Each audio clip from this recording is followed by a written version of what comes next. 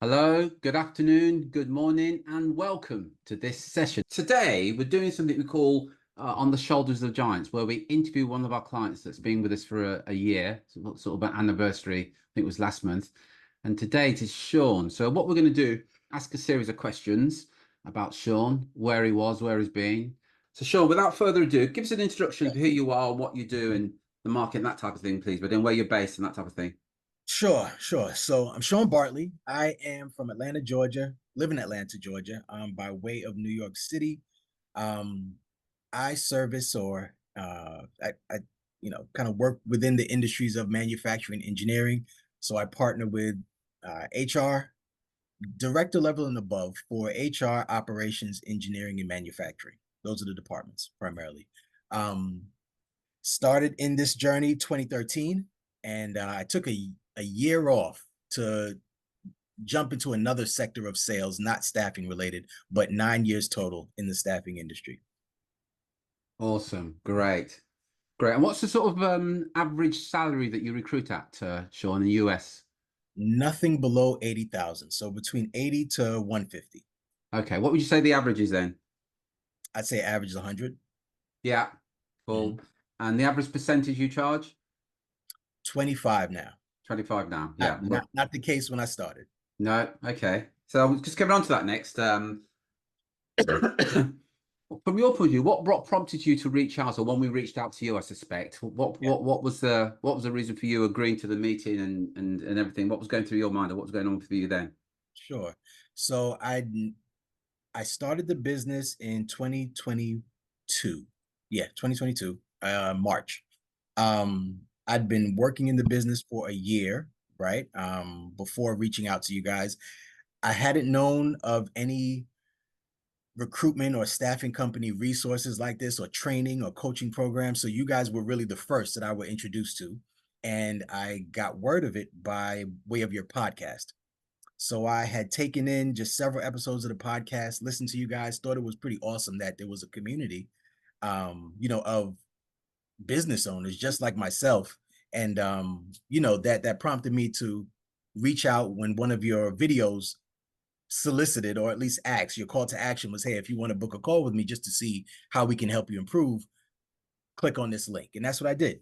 And at that time, I really was in a space where I knew I needed coaching. I have a years of experience in network marketing, right? So I'd done that previously to jumping into staffing. So I knew coaching, I knew having a mentor was something that I needed. I didn't think it was necessary within my first year because, again, I'm still getting my legs underneath me. But I knew moving into year two, I needed some sort of a direction, some sort of a roadmap. And I listened to enough of your content to just say, okay, I'd at least like to take a call and see how you guys could help out. Yeah, excellent, excellent. And look, there's a lesson there for everybody then, just from the point of view of marketing. So Shaun got to hear of us through our podcast. I Mm. know a few of you are doing podcasts, but I know most people here are not doing podcasts. Dead easy to do. You can do it on YouTube and then put it. Sorry, YouTube. You can do it on Zoom and then put it on onto YouTube as well. But it's just another client magnet. Remember, we talk about this all the time. Unless the client, first of all, knows of you, that's the first thing, and unless you've got that authority, you're not going to get the business. And think about it with a podcast or any sort of client magnet, you're kind of marketing to your prospects while you're sleeping. So Shaun's in the States. So there's about a 5 or 6 hour time difference. I don't know when he listened to our first podcast and when he listened to them, but I wasn't there is the point I'm making. And the other point I'm making, you can do exactly the same.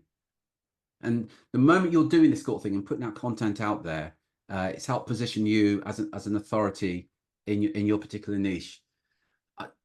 Drew, I want to come to you first of all. Anything you want to add or ask? Then Don, Michelle, and Mike. Yeah, just a quick question, Shaun. So you said that Yeah, you knew going into your second year that you needed coaching. Can you give us an yeah. idea of, I guess, some of the challenges that you were facing or roadblocks you were facing in your business at that time that made you think that you needed some, I guess, guidance to overcome them? Sure. So unpredictability in delivery, right? So I'm on the business dev side. I rarely wear the hat of a recruiter. I've always been the person with any agency that I've worked with since 2013. I've always been the biz dev guy, right? Going out hunting for new clients. And I knew in starting up my own firm, I needed the fulfillment side of my business to kind of be outsourced, right? I needed to partner with recruiters who could work the jobs and, do the things that I needed. And it was unpredictable. I'd gone through maybe 5 or 6 recruiters off of Upwork. That was my sole method of finding somebody to help me with fulfillment. And yeah, it was just unpredictable. I didn't know when they were working. I didn't know when they were working on the jobs, or how much hours they were putting in, or what it looked like, because I truly didn't know from week to week what they were working on. I didn't have many conversations until I had an actual role that they were working. There was no real schedule.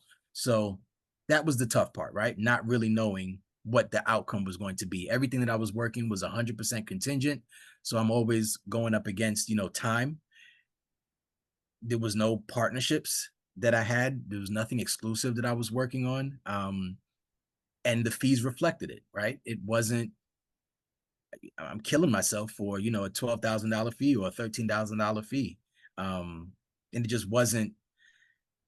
it wasn't predictable in terms of the income that I was making and the schedule that the recruitment team was working on, as well as I had no marketing. I didn't know how to go out and really get the lead. A lot of the business in the first year was me taking clients that I'd worked with in the past and bringing them over to, Crown Technical Staffing.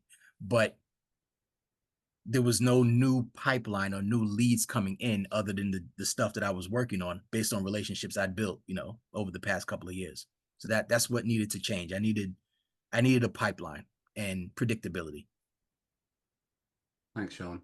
Don? And by the way, any questions from the else, just type one in the box and we will come to you. Yeah, 2 questions, if I might. Shaun, great to have you today. And it's hard to believe it's already been a year, eh? In a year. On the program. So question number 1, is what's the number one thing you've done since joining the program that has changed your business the most for the better? And I'll put these in the chat box if it's easier. And then the second is, what would you tell someone that's joined recently, now reflecting kind of back over the past year, maybe something that you would have done differently looking, in arrears? Sure. So one thing is, it's hard to narrow it down really to just one thing that I've done, but I would suggest consistent content on LinkedIn has been helpful for me, right? Because those are all advertisements, giving potential clients a peek into my thought process, a peek into just the way I think and the problems that I solve for. All those posts live on LinkedIn, whether I'm logged on or not. And people are liking, engaging, interacting with the commentary. And that builds trust, right? Likability, relatability builds the trust. The trust leads to when I pick up the phone and have a conversation with them, they know who I am. They have some sort of foundation in terms of what I do and how I might be able to serve them. Whether the timing is right or not is I can't control that, but I can at least control the content and the information that I share. So that's been helpful. That spawns off into the newsletter. I've got 400 subscribers. Again, not a terrible high amount of subscribers, but they're all relevant to my industry. Of course, not every single one of them, but for the majority, they are relevant to my industry. About 15% are director level and above. So I find that has been helpful. I've been very consistent. That's one of the first things I did when I joined the program. I know Drew and Terry said, start a newsletter. So I'm on my 49th article. So I've been here 52 weeks, 55 weeks or so. So it was really at the onset of my career here that I started the newsletter. That's been super helpful because when I converse with people, they often mention the articles that I've written, or I've turned the articles into lead magnets. So that's something that I separately utilize to attract more leads. So it's been twofold for me. That's great. How do people find out about your newsletter? I again, using it as a lead magnet. So I have a target list of people that, hey, we recently just put out a report or recently put out an article identifying 6 lean strategies for your manufacturing facility. Would it be okay if I send you a copy? That will contain the link to my newsletter. So if they want to opt in, they can do so. Or it'll just be a separate article that they can then opt in from there as well. I've run campaigns for my newsletter. It's a part of my emailing sequence from time to time. I do need to revamp it just to, share more relevant content, but I know there's a few things that I need to do for the newsletter, but that's how I do it right now. Thanks. Yep. And you also asked, what would I share with someone brand new coming into the Yeah, maybe program? something you would have done differently or like that, on reflection, because we all Yeah. go out there and just do things in a hurry. At least I find myself doing that. Yeah. And so, yeah, kind of looking back and going, well, if I had it to do over again, I might have done it this way or, a little bit differently. So, Sure. I would say the first thing is don't try to consume all the information at once, because it is a lot. There is new info every time we have a clinic Thursday or Tuesday or Monday meeting, it goes into the repository, right? So that's more information to consume. So you're constantly on a hamster wheel of information to consume. So I would suggest just taking things in bite-sized portions, going through the material as it's laid out, and trying it as you go along. I'm not even halfway done through the program's content, but what I've gone through, I've tried to implement as best as I could. it's great. So kind of plan to review in that manner. Yeah. Good. Take a Still little bit, we'll do. still lots to learn, as I A understood lot from to your learn comments as well. Yeah, a lot to learn, a lot to change, a lot. Even from when I first started, it's some of the information. I've tried it, it didn't work out. I've switched to something else, and that worked. And just revamping my scripts, it's just always a constant state of revamping and trying to improve, and just A/B testing, seeing what works, seeing what doesn't, and what works for one person may not work for you. That's one thing I've noticed too, right? It's not a template. It truly is depending upon your industry, depending upon your target audience. Getting the language of your target audience is super important, so that your content, your copy, your emails, your newsletter, your podcast, all of that speaks to the language of who you're targeting, not necessarily what worked for Mike, right? And it could work for me, but I've got to tweak it and enhance it and make it work for my audience. That's a really great point. Thanks for sharing that. Yeah. Thanks, Don. And look, just want to touch on the newsletter again. All the details of how to create a newsletter is in the members area. You're probably sick of me saying this. There's no cost in doing the newsletter other than time, and there's no risk. The worst that can happen is people that ignore your newsletter. But it's a great way to boost your own brand, position you again as a thought leader, as an authority, enhances your credibility. The key, I think one of the big things is staying top of mind, because LinkedIn will then reach out to your connection saying, whoever it is, Shaun's got a newsletter has been published today or whatever, and it's great for lead generation as well. And by the way, what we found as well, those that have a newsletter that they publish on a regular basis, they get an improvement then in their chat when they're reaching out to people to get appointments via LinkedIn, because again, you're not reaching out to cold prospects now. They know who you are. Oh, it's Shaun. Yeah, I've read his newsletters. I've listened to his podcast. See what's going on here? Yeah, they've got to know you, like you, and trust you before anything's going to happen. So thanks for reminding us of that, Shaun. Sure. Michelle, any thoughts, questions for Shaun? No, it's fantastic, Shaun. Thanks for sharing, and I'm looking forward to hearing more. I mean, I have got some questions, but I was just going to say I'll wait and sort of see if because I don't know what you're going to talk about and what you're going to share. So yeah, I'll just leave it for now in case I miss some of the things. Okay. Thanks, Michelle. Mr. Merrick? I think firstly, hats off to Shaun. 2 weeks into the program, he's launched a newsletter. I think Shaun stands as a testament to taking action and getting things done. And it's, we've talking about it a lot. It's never going to be perfect. If you wait for something to be perfect, you're never going to do it. What Shaun has done is tried things. Doesn't work, moves on to something else, tries something else. I'd say, like Michelle, a couple of questions which might be covered off, but there's one question I'd just like to ask. When you were first in dialogue with Terry about becoming part of this group, becoming part of this community, you made a decision. You made a decision to say, yes, I'm going to join. And that's, it's a decision. It's a financial commitment. It's a time commitment. I'd like to understand a little bit more about your decision-making process in terms of, was that, yes, I'm just going to do this, or were you hesitant about that? And what made you make that decision? I would say I wasn't very hesitant, right? What I probably would have done differently, and this is no knock to Terry and Drew or the community, right? You guys were my first introduction to communities of recruitment agencies, staffing company owners. So I had no foundation, I had no basis. So I may have looked at other groups, right? That would probably be something that I would do differently. Look at other groups, see just kind of what I'm 99% certain I would have come back here, but I really have no foundation, right? Because I didn't explore, I didn't look at, I didn't listen to anyone else's content or podcast or anything before you guys.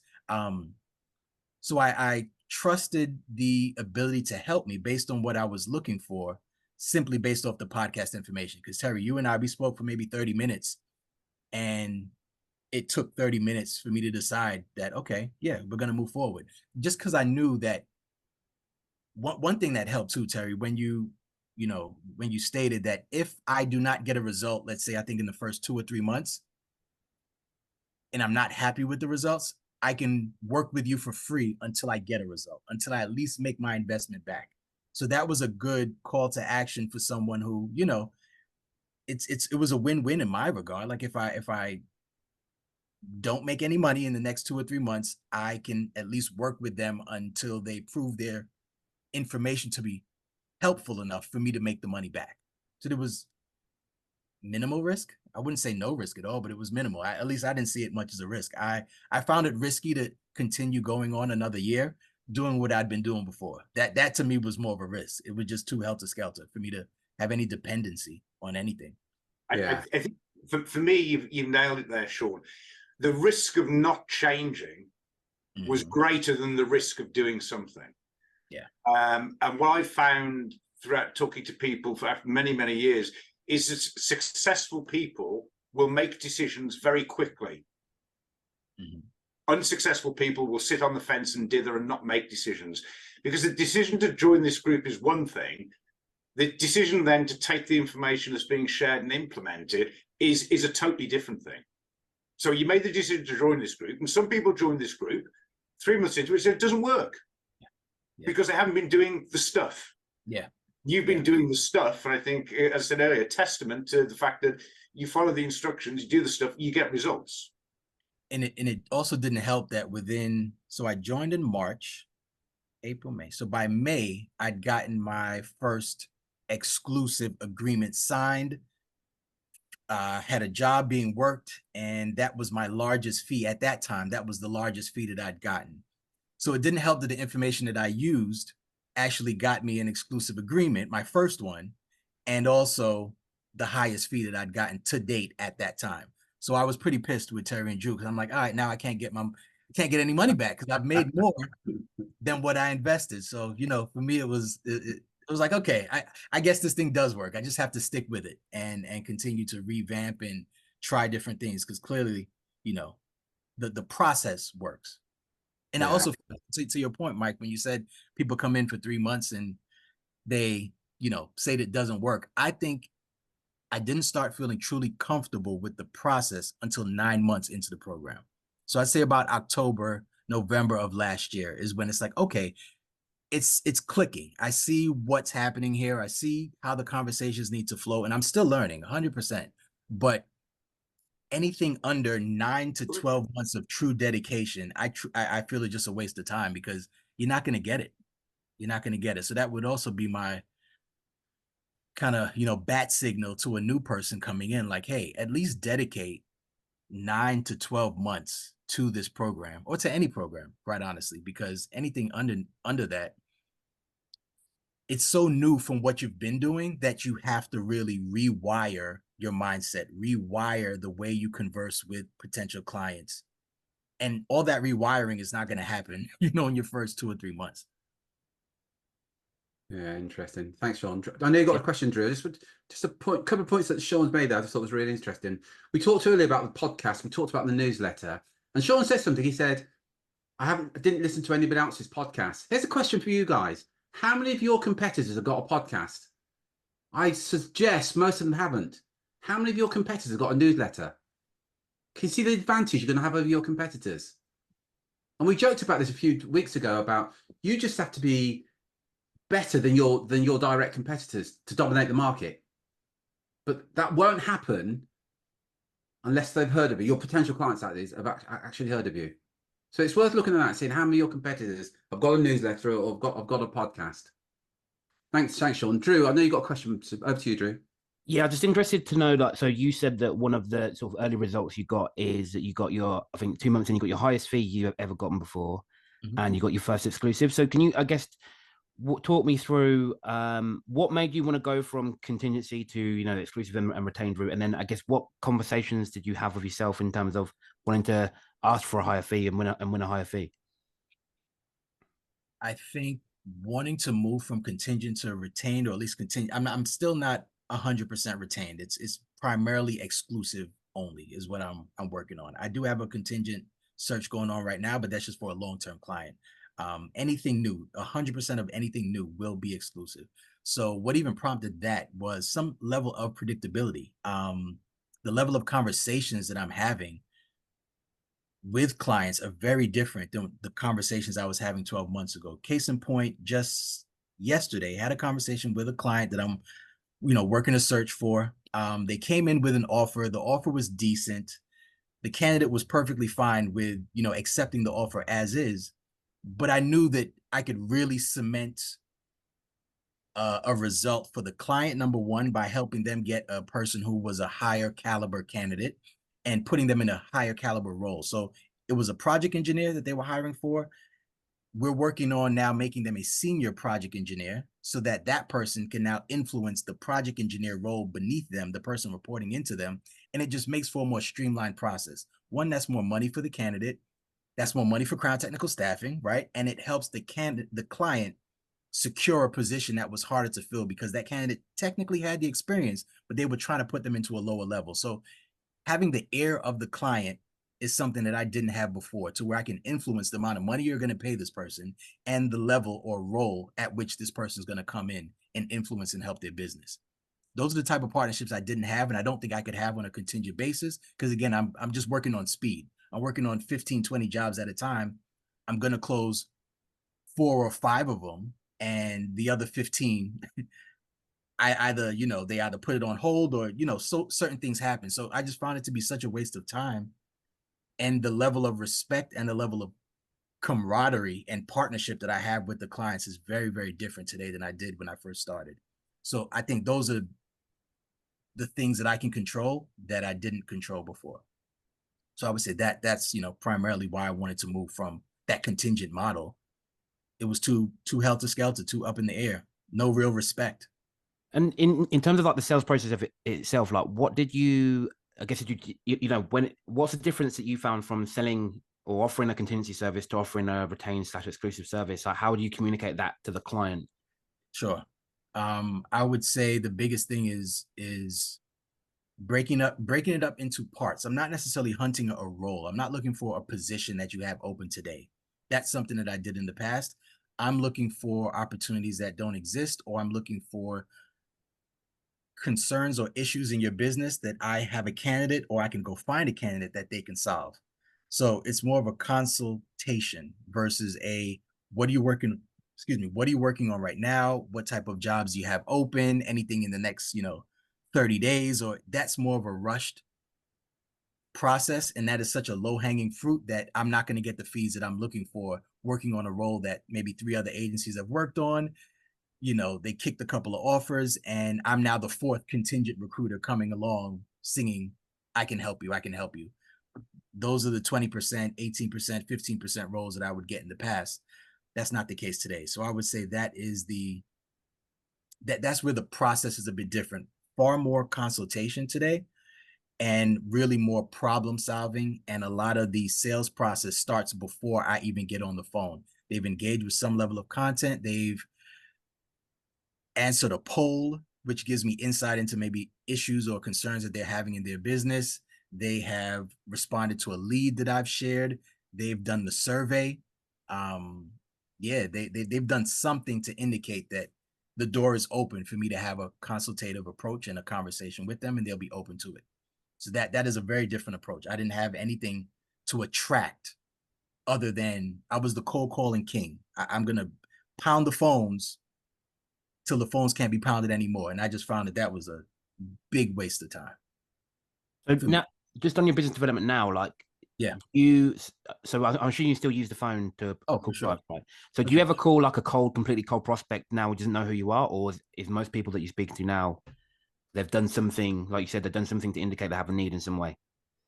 99.9% have indicated some level of a need. It can be as small as I've sent you 10 emails, you've opened up 8 of them. That's enough for me to give you a call. You have clicked on a link. You may not have booked a call, but you've clicked on a link. You've answered a poll that I put on LinkedIn. You have opened and read a newsletter article. You've DM'd me. You have done something to indicate you at least know who I am, so that the conversation can flow in a smooth enough way to where I can set up that sales call, right? Because not every single time I pick up the phone, they answer, right? So just on that part, right? So, well, you know, obviously you used to do like call completely cold prospects. Now you're calling prospects who have, you know who you are and have indicated the need. Yeah.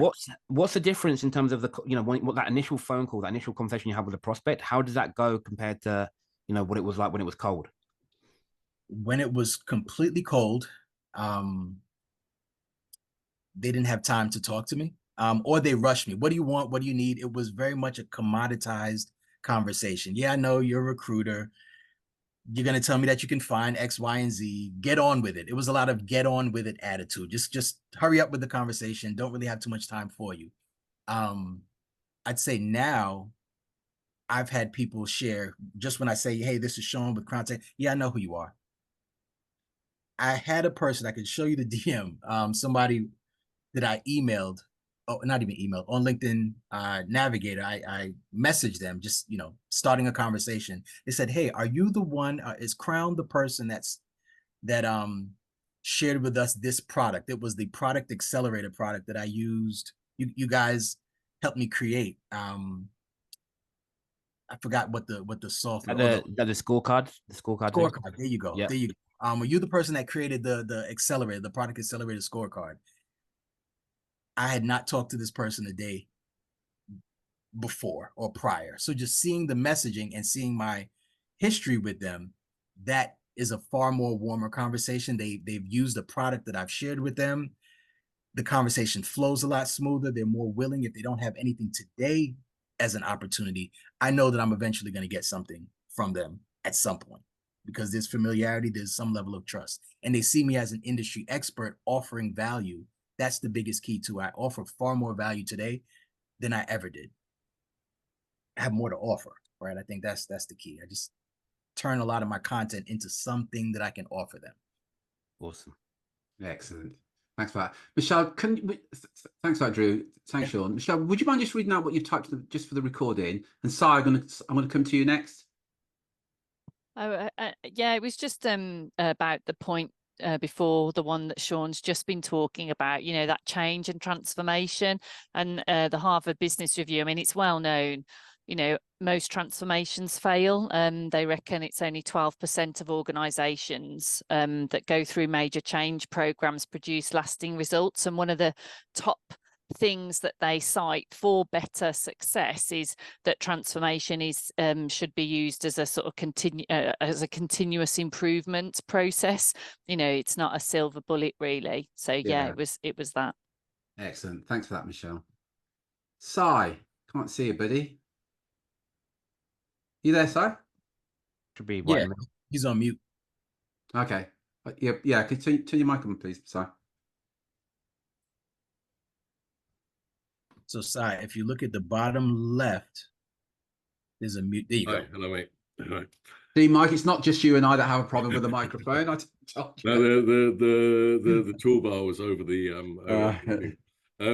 hi. Congratulations, Shaun, on your first year. So some of that I've been involved now for, this is my second month And a lot of what you said there, ringing very, very true indeed. I mean, especially about the information overload. So I'm glad that's not just me. So a couple of questions, and obviously I'm assuming that you're using a CRM, and obviously you've automated your LinkedIn process and your email outreach. What CRM are you using, and how long did it take you to actually set that up and get that up and running, assuming you weren't doing it before? So I came into the business. So what I did day one of starting my business, I really just duplicated what I was doing with my agency. So for better or for worse, I hadn't had any experience with other CRMs other than Bullhorn when I first started. Super outdated in my opinion, and from my experience, it just didn't work for the type of business that I was running now versus what I was doing on the agency side. Two very different models. So initially it was Bullhorn, a lot of money spent there. I've recently, over the past 5 months, switched over to Loxo, and I actually got that. So sorry, what was that switched over to? Loxo, Loxo. Thanks. They have a lot of, AI components, just different tools that make it a bit more of a better fit for me now. Yeah. Right. And I got that from Julie in the group. And how long into the program did you actually have the LinkedIn process automated? I automated the process July of last year, so maybe 4 months after joining the program. Because again, I went from using LinkedIn never.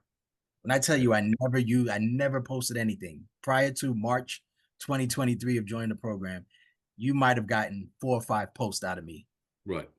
Yeah. In the past 7-8 years. You know what I mean? So it wasn't a tool that I used. I knew I didn't really see social selling as a thing.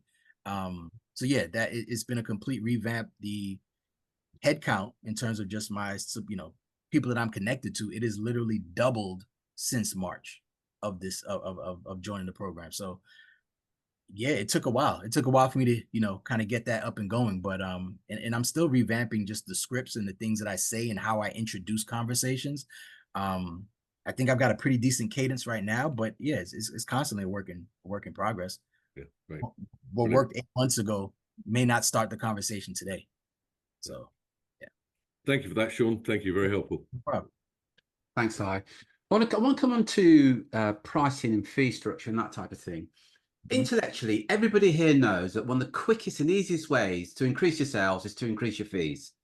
But the moment you say that to more so people outside the group, they will say, yeah, but my market won't pay, blah, blah, blah. And I think most of you here now would acknowledge that. And this is what I always say to potential clients is they say, yeah, but my market won't pay 18% or whatever. And the question I always ask is, are you the cheapest in your market right now? They go, no, we're not the cheapest. We're kind of mid-range. Think about that intellectually. There's no advantage being mid-range. There's no strategic advantage. You're not the cheapest, you're not the most expensive. So you're now mid-range. And if you're mid-range, what you're saying is there are recruiters out there charging more than you in getting business, and there are recruiters charging less than you in getting business. And often what we find is the fee that you charge or you ask for, you're comfortable asking for, I should say, is this merely a reflection of your own personal self-worth. That's all it is. It's all what's going on there. So I'm really intrigued by this one, Shaun. When you joined or before you joined us, what percentage were you charging and what's your fee now? 20%. That was my standard. I really didn't go below that at all prior to joining the community. Now I'm at 25%. Seems like a small percentage, but it definitely has helped with the bottom line. I charge that and an engagement fee. I did never charge an engagement fee before. So that is just before I even send you a resume, before we even hop on the phone and have any discussion, there's an upfront fee to pay me. So that has been a game changer in terms of cash flow. That gives some level of predictability to cash flow. And it also, when the role is filled, because it is an exclusive, 99% of them we're going to fill, I at least know what the outcome is going to be, and I know how much we're going to be paid. So that beats contingency in my eyes, based on my experience, any day. Yeah, and that's really interesting. How long did it take you to? Because again, for everybody else, that's a decision. What Shaun then did, he made a decision. I'm going to increase my fees by, and you say it's not much. By the way, it's 25%. 25% increase in fees is is quite something. So the question is, how long did it take you to make that decision? First of all, to go right. I was 20% on contingent. I'm now 25% on retain, deposit, contain, whatever you want to call it. How long did it? So I worked in stages, right? I'd love to say I just burst out the gate. I came in March. By April, I was at 25% with an engagement fee. Not true, right? For me, it was a gradual progression. And to your point, it's about the belief, right? The belief in self. So I started at 20%, no engagement fee. I graduated to 20%, give me an exclusive. Then I graduated maybe 4 or 5 months after that, give me an exclusive, to now let me ask for an engagement fee, still at 20%. Then I graduated from an engagement fee of, X amount to 25%, which is a higher percentage in terms of the annual salary, and an engagement fee. So it worked for me in stages. And as my belief grew, as my faith in the fulfillment and delivery side grew, and the type of clients that I was working with, the type of partnerships grew, that's when I started to ask for bigger fees. So I would say I'm at that 25% and an engagement fee for the past 3-4 months now. Yeah, it's interesting. I don't know if you noticed with Shaun's language, because nothing's changed. The market hasn't changed. But what he said was his belief in himself had changed, and he now felt comfortable. Hell, it's 25% with an engagement. The outside world hasn't changed. Yeah. That's Mark that's done that. Sorry, Mark. Sorry, Shaun. Sorry. So I'm having two conversations. Somebody said we think I'm chatting. I'm trying to do. Apologies about that. Shaun. Just very quickly, Shaun, just because this is a point that you haven't mentioned at all, and I think we ought to bring it up. When did your wife join the company? Because I was aware that was transformational for when your wife. It was definitely helpful. So my wife had a 4-month sabbatical from her, traditional. She's a career woman, 9-to-5 job, climbing that corporate ladder. That's always been her thing. But she brings a lot of just structure to me personally in our marriage and in the business. And she, took 4 or 5 months to just kind of help me get some structure, help me kind of streamline a few things, and that's been super helpful. She's since gone back over the past 3 months now. She's going back to her, job and her career, but always a supporter, always there if I need it. But those 4 or 5 months that I had her exclusively not working and just working with me, she just brought really just that awesome structure and that I know that you've shown your appreciation with expensive jewelry and what else? Trips. Yes, sir. This call's being recorded, just to let you know, Shaun. I will be sending it to you. Cheers, mate. Seriously, Mike. Yeah, Mike, and then Michelle. Yeah, I'd just be interested in probing a little bit more. You say your belief grew. Yeah. If I look at Shaun Bartley 12 months ago and Shaun Bartley now, what I see is almost a different individual in terms of the way you talk, the way you communicate, the way you articulate. I hear someone who's excited about working in their business. And my question around that would be, how do you think, two-pronged question, how do you think, one, your self-image has changed? And secondly, beyond that, what has been instrumental in changing your self-image? Results and trying things and seeing a positive result. That for me has helped, right? I knew that I could stick with a coaching program. I've had coaching and mentorship in communities in different stages of life for different areas of things that I wanted to master. So I knew that just getting the right person to help me kind of formulate my structure and my process, all I needed to do was make it work. And in tinkering and listening to the audios and doing the lessons and reviewing the material, over time I just became clearer on the type of client I wanted, became clearer on the type of relationships I wanted to build with those clients, who I served, what problems I solved. Those are all things that I did not have clearly defined 12 months ago. So now that I'm clear on who I serve, I'm now looking at content and reviewing material that supports that. All of that just leads to more trust in my ability, more confidence in my ability, because I'm better prepared to go to market, right? Because I'm actually a student. I'm doing the work on the back end to understand what's the language my clients are using, what's the language that the candidates are using to help solve the problems that my clients have.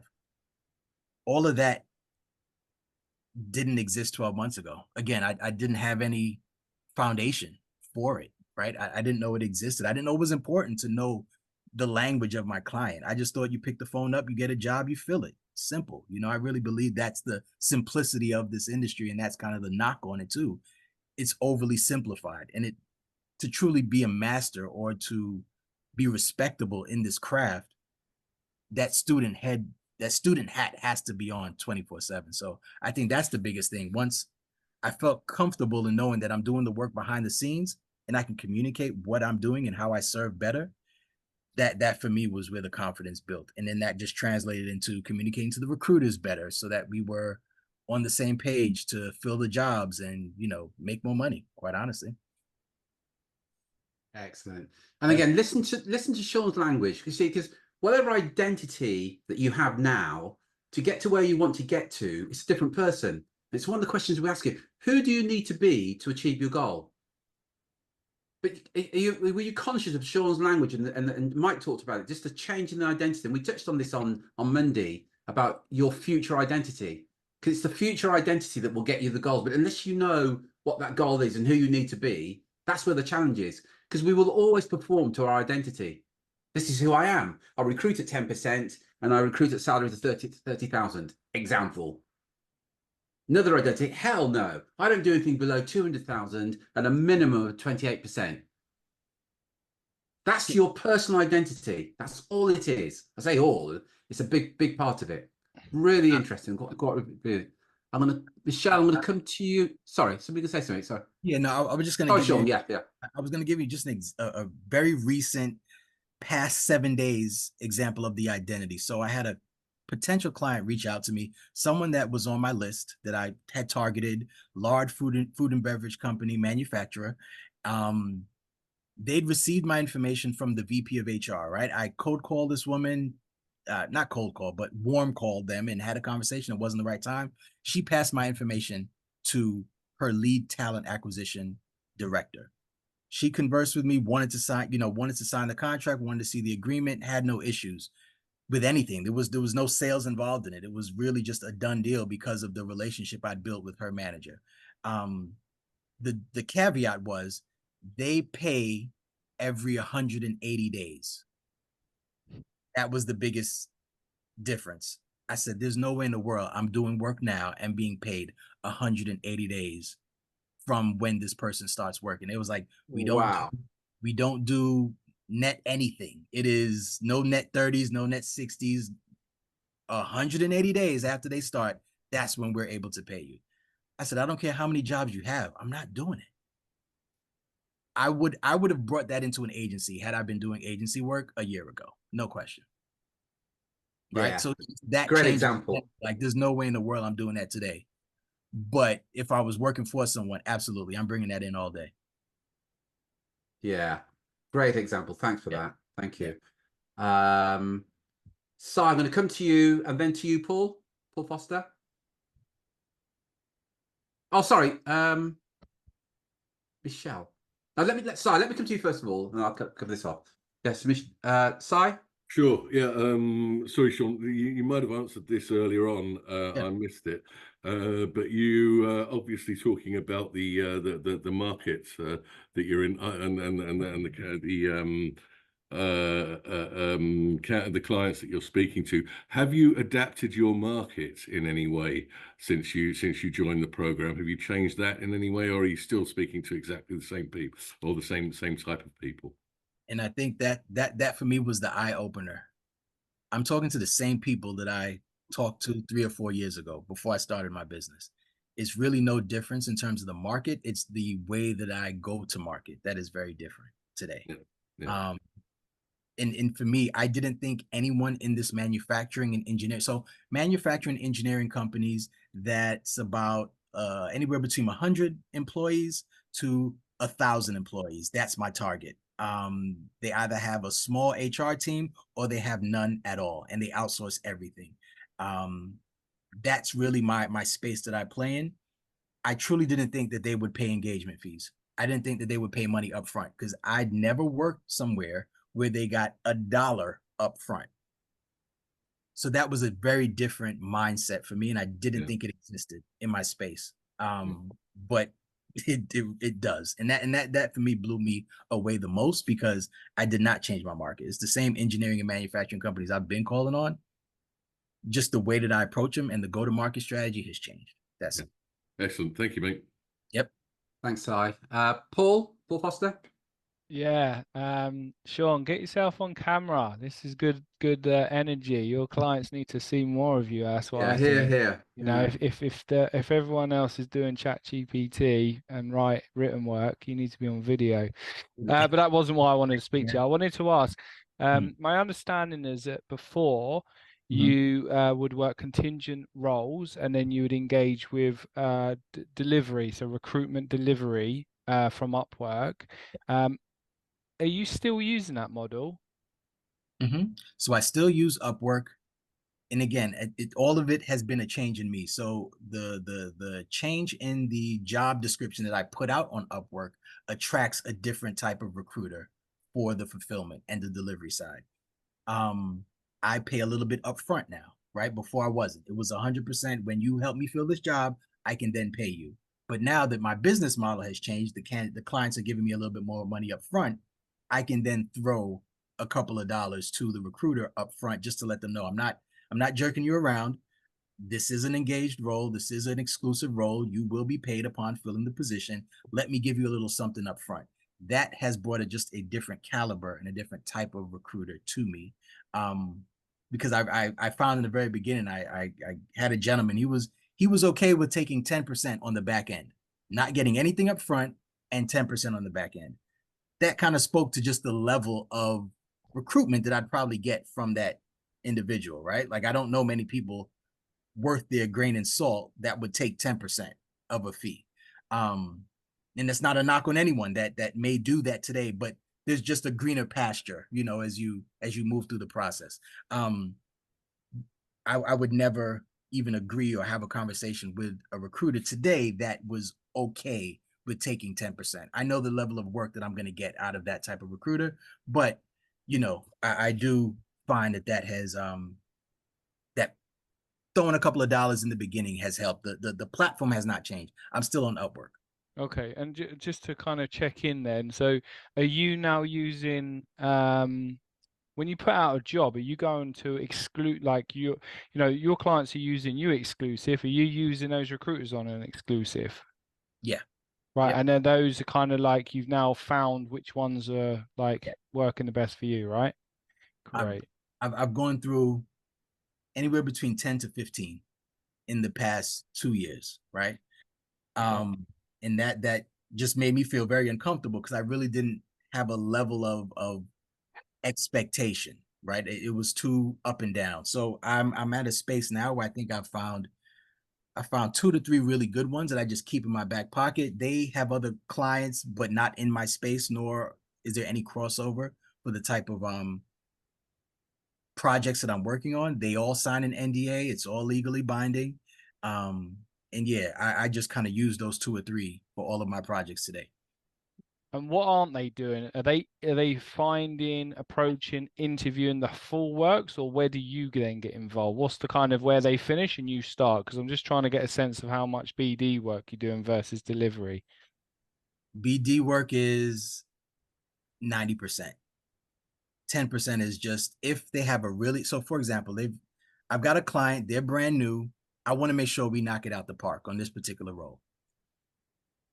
Recruiter found a good candidate. They interviewed. I partner with the recruiter before they even start searching on a couple of solid questions that I need you to ask on every single interview. Once those questions are asked, they, use Otter or they use, whatever note-taking tool to make sure that they record the answers for those questions. They submit that to me. I take a look at it. I review it and send it back to I send that write-up with all the specs and all the details to the client. The client now wants to interview. Because it's a, high profile role, brand new client, I'm still learning them, they're still learning me. I will call that candidate and just have a brief 10-minute conversation just to make sure we're not passing along or nothing was missed between the candidate and the recruiter. And that I feel confident as the person owning the entire process, I feel confident promoting and pushing this candidate forward. So that's when I'll have, brief, maybe 10-minute conversations with really good ones, maybe before they get the offer, or just yesterday, I called a candidate for the first time, having a conversation with them to extend an offer. Those are things that I still want to have a hand in, but it doesn't take up much of my time because it is, I'm not at a high volume. I'm working at max 3 to 5 jobs for the month. So it's still very manageable that I can be hands-on. I'm sure as I scale and maybe get it to 10 to 15, different story. But for right now, I'm pretty hands-on with at least having a conversation with the really good candidates, especially for clients that I've never worked with before. Brilliant. Thanks. Yep. Thanks, Keep Paul. going. Michelle, come to you. Michelle, I know you had a question. Sorry, Michelle, I missed you before. That's okay, thanks. So yeah, Shaun, I was just wanting to go back to the point of the increase in fees because everybody wants that, it's like the utopia, isn't it? But rather than just the size of the fee, I mean, other than the revenue number, what difference did winning increased fees do for you and your business? What change did that was that bring about? Biggest change I'd say is a bit of a peace of mind. Knowing that you're going into a search on equal playing field, right? So it's not so much about the fee, it's more so about the process that got the fee, which leads to more of a collaborative environment that I'm stepping into. Of course, the fee, additional money, it helps. It more predictable revenue, of course, that always assists, and I can budget for family and myself and marketing and just different conferences. So this year I'm actually going to 2 new conferences that I'd never attended before. They require, some solid money and a solid investment up front. I'm able to do that a bit more freely now and able to plan a little bit better because I at least have some predictability in terms of revenue.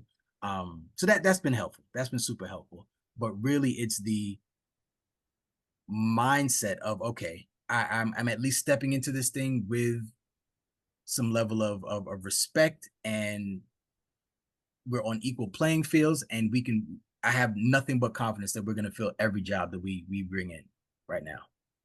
Fabulous, thank you. And you talked about your beliefs as well, and like how you didn't believe or didn't know that things were possible, and then obviously those were challenged. I mean, we've talked about the difficulty in driving change. So I mean, when you sort of got the knowledge versus what you believed previously, what did you have to do to sort of, I suppose, become the person that you wanted to be? What was more difficult, or the opportunity for you? For me, like, for example, just even in posting every day on LinkedIn. So I'm still not at every single day, 7 days a week. I'm at about 4 to 5 days. I'd say 4 days. 4 days a week I'm going to post on LinkedIn. For me, coming up with the content, I was vulnerable. I had to be vulnerable. I had to kind of expose myself, expose my journey, expose the business. It was a lot of exposure. Oftentimes, even in writing copy, even in asking for a meeting, it's exposure, right? I'm really exposing myself in a way that I truly hadn't before. And I also thought that it might annoy people if I'm coming to you every 4 to 6 weeks, every 4 to 8 weeks, asking for a meeting, asking for time on the calendar, asking, so I just had to overcome that by knowing that no one's going to just click a button and book an appointment and that be my business model. Like, just putting the button out there for you to click is not enough, right? So I knew that there had to be some sort of ask and call to action for everything that I did. And it didn't have to be the same call to action, but even coming up with a call to action and asking for something every time, that was uncomfortable for me. But I knew that it was more uncomfortable thinking about going back to the agency, going back to the job.